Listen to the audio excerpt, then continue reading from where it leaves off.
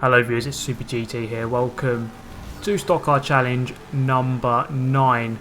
So this one is in the Alfa Romeo P3 in a C class. It's a 477 rated car. It has pretty awful brakes and pretty awful handling. Now as you come through the second turn, I'm just going to have to say here, deal with it. So as we move on, so the car has pretty awful brakes and handling, but what it lacks in those two qualities, it more than makes up in banter and acceleration. So this car, it has 8 rated acceleration, which is pretty high for a C-class car. Normally you're seeing about 7.5 is normally quite high for C-class. So an 8 rated car is quite high for this class, and as you can see down this straight, it goes perilously in at quite high speed, but then worryingly have no brakes to go into the turn with. So it is a very, very tricky car to master or just drive in general at all. Of course, it is a 30s car. It is a car from the 1930s, so it's about 80 years old. So I'm not really expecting too much from it. So I really do have to have my wits about me here as we go for a lap of the Nürburgring Nordschleife combination here. So we're going to expect quite a long lap.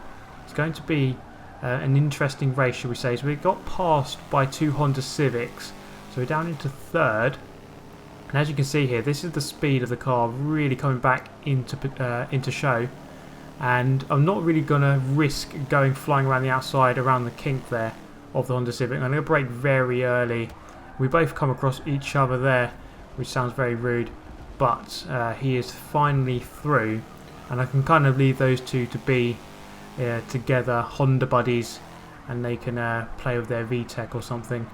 Now as we join the Nordschleife section here, I'm just going to get past into this turn, and I'm not going to bother naming the car because I'll probably get it wrong.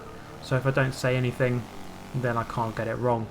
Now coming down the hill, this is going to be a very tricky little turn here. The car is very strange on the handling. It kind of reminds me of the Alfa Stradale.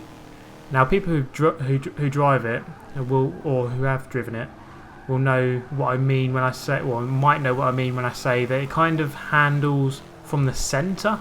Now obviously most cars will handle from the front where the wheels are, where the wheels turn, but the Alfa kind of has a weird central steering force. It's very hard to describe, but this car has that kind of strange Alfa essence as well. And the key, I think, to driving this car quickly is to throw it in, get some oversteer, and then power through the turn. I really think that is probably the best way to drive this car. Very unstable on the entry to the turn there, and I'm going to have to lose a lot of time going across the grass. I'm going to go down into 5th, but we do still have 10 people behind us as we move ahead slightly to the end of that straight. We have kept up with that guy ahead, so we're going to just try and finish ahead of as many people as possible. That is the aim of a stock car challenge, essentially, just to try and beat as many people as you can in a stock car. You're not always aiming to win because it's not always possible, but well, it depends on who's in the lobby, I guess, and how lucky you can get.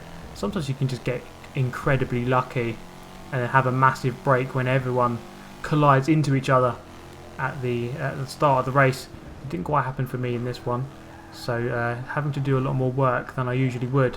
But looking at the map, it looks alright, the situation at the moment. As that guy goes off, I'm going to have to give him a wide berth, so much so that he actually comes back and gets the position back. So as I was saying about the map, there is one guy behind me here in a Lotus, but then there's quite a big gap back to 7th. So it's looking like I might be finishing in 6th once again, which is just, it's really strange how I find myself in that position so many times. But fortunately there is a large gap back to 7th, so I can afford some degree of error throughout this race, and we are going to make a massive error there, going into the back of the guy ahead, just forcing him wide. But the status quo has been relinquished here, or has been retrieved, shall we say, and we are all back in our respective positions as we were before the collision, so we can progress as we once were. Now coming through this triple apex right-hander, quite a tricky corner in this car. And this corner here is going to be very tricky, I'd imagine. A very sharp left, and indeed it is. I go very wide. The Lotus is going to go through, as indeed he does. There he goes, and he's through into 5th. I'd imagine he will catch up very quickly. Now moving on to the middle straight. I like to call it a straight, but it's not straight. We can hopefully test the speed of this car, the straight line capabilities of this Alfa Romeo. Although it helps if you stay on the tarmac, which I have very much failed in doing so there, and actually rejoining the grass. This car really does like the grass, and actually that's kind of ruined this whole straight. So losing time there when I probably should have gained it. I should have made the most of this car's strength, the straight line speed, but then I just totally ruin it by going onto the grass. Now through the long left at the end of the straight, and then we have a rise over this crest into a right-hander. I love this turn. Really is a good one to get right. When you get that one right, really does feel good. Now the right-hander before the carousel. You can get on the throttle quite early here because it does open out quite nicely on the exit, although I don't really make the most of that. And then coming into the carousel, he leaves a massive space. I'm going to go for the lunge here, and I'm into 5th. Now the Lotus, I'd imagine, is going to stream away here, and I go ever so slightly wide, just off of the banking, losing a couple of seconds there, or a second, but is enough to lose the position. I'm going to come back with the acceleration. You can see here just how good the acceleration is. I go off onto the curb, back through into 5th. Now this is where the Lotus is going to slowly stream away, I would imagine, because of its extreme handling capabilities. I'd imagine it should begin to pull away from me here. But if I can keep, well, remotely close to him, I might have a chance of repassing him at the end of the race on the long straight at the end, because I don't think that Lotus would have very good straight line speed. So there is always a chance to catch up if you do have a straight line speed orientated car around the Nürburgring. Never give up. There's always a chance on that final straight to repass your opponents who are in the handling based cars. Now the Lotus actually hasn't gained a huge amount, but we are being caught here by another guy, so there is a queue of people behind me trying to get past. There are 2 people now, although looking on the map once again, people behind are quite a long way behind, so hopefully that is it. Hopefully there won't be anyone else catching up to try and get past. Now I am precariously on the edge here, really pushing as hard as I can. I would urge anyone to try and give this car a go. It is so difficult to push to the limit, to corner accurately, because it really is very strange to handle, and it is very heavy as well. Now coming downhill, the speed of the car obviously goes a lot quicker as you go downhill.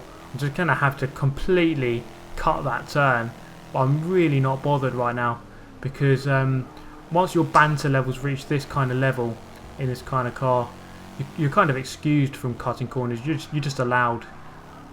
Wow, did I just say that? Anyway, moving on. Coming into the second to last turn before the straight, I've gone ever so slightly wide. Perhaps that is karma getting me back for cutting that turn back there. So I'm going to lose a position once again. Now coming into this very tricky right-hander, I'll never quite know the line for this one. I'm guessing you have to get to the left there, then hook up with the apex. Now I'm just so scared to get on the throttle, because you can see they're getting on it too early. So we do have that guy right behind us still, but let's see if we can pull away from him. At the end of the straight, I did ever so slightly catch up with the guy ahead. I'm in 6th position. I don't want to finish in 6th position because I always finish here. So we have progressed away from the guy in 7th. So it's going to be a battle between me and this guy for 5th as we come up into the final chicane. He's braked very slightly late, and he's into the wall. Thank you very much. I'm going to have my position back. I'm in 5th. I'm going to beat 10 people in this race. In this Alfa Romeo P3 4 Stock Car Challenge number 9. That is not a bad result in the end, given how awful this car is to drive. So tricky, so difficult, and I don't think it kind of does justice to its PI. I think it should be lower on PI because that is so difficult to drive. 477, it's only giving away 23 to a highly rated car in the class, but it is so difficult to drive. But in the end, not a bad result, and I'm pretty pleased with that one on the whole.